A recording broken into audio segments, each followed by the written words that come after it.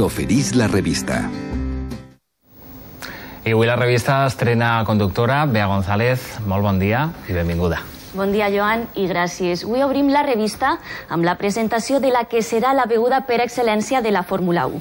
Popularitzats i molt als Estats Units dels anys 20, el còctel tornarà este estiu amb força i este que ara veuran serà el combinat estrella dels apassionats de les carreres.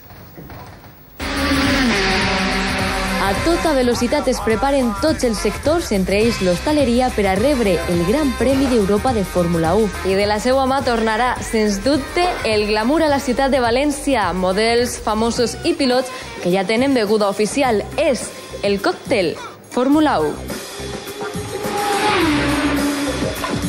Para los amantes de la Fórmula 1 y del motor, creo que el cóctel tiene que ser hecho de una forma diferente. Amb gel, vodka, cítrics típics de la comunitat i molta habilitat com a ingredients. Voilà, este es el cóctel de la Fórmula 1. Amb un roig passió per l'asfalt i la velocitat, este combinat de sofisticació será l'estrella de l'estiu. Aprovechando que ahora los cócteles pues están muy de moda, nos ha parecido muy buena idea que los pubs y las discotecas promocionen la Fórmula 1 con el cóctel. Els gusts privilegiats ja l'han tastat. Está buenísimo, está de lujo. Uns altres encara haurem d'esperar per a disfrutar en les glamuroses festes del còctel de la Fórmula 1. Bé, un còctel que de segur triomfarà. Anit, al més pur estil de Hollywood, van rebre els convidats a la inauguració del Gran Casino de Castelló, una gala a la qual assistiren empresaris, autoritats i nombrosos rostres coneguts del món de l'esport, els bous i la faràndula. Envoltats de centenars de curiosos i paparazzis, desfilaren per la catifa roja els diferents convidats a la gran celebració del Casino de Castelló. Amb castells de focs de benvinguda a l'edifici de les antigues drassanes, convertir els voltants en una passarel·la de luxe i glamour.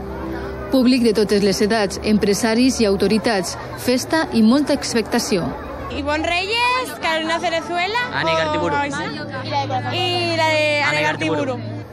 Una nit de gala y estreles en que el auténtico protagonista va a ser el casino. Estos centros lúdicos, siempre con medida y demás, hay que apoyarlos y además yo creo que esto era algo muy importante para Castellón y había que estar aquí. El bon oratge va a conseguir que els convidats es sentiren com a casa. Así apetece ir a todos lados con este público, los niños, la señora, gente muy cariñosa. Me encanta. Bon humor que es contagia als assistents. Muy contenta porque sabes que estoy muy unida a todo lo que es la provincia. Després d'obrir les portes, el Gran Casino amplia l'oferta lúdica de la ciutat.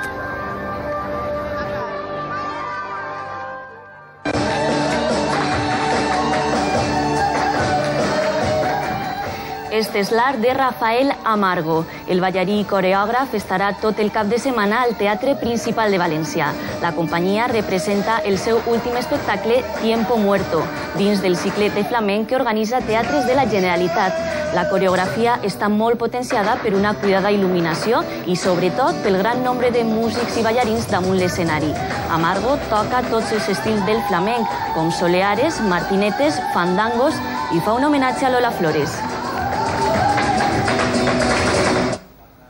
Deixem la dansa, però no la música, perquè la plaça de Bous de València va penjar anit el cartell d'entrades esgotades. El motiu, l'arribada dels Estopa. És el segon concert en la nova gira de presentació del seu últim disc, Allen Rock. La rebuda a València no va poder ser millor.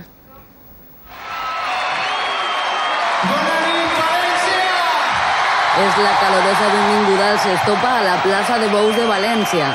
Hores d'espera per a molts que queden compensades en sentir les primeres notes d'este conjunt de Cornellà que arribava a València per a presentar el seu darrer disc, Allen Rock. Un treball que amb només 3 mesos en el mercat ja coneixen de ben a prop tots els seus seguidors.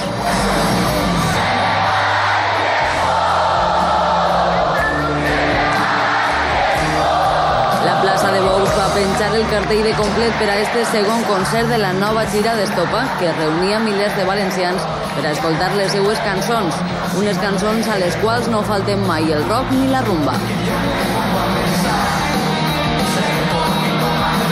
Els més de 10 anys d'èxits no han canviat estos germans que es continuen sorprenent quan escolten les seues lletres cantades per tanta gent.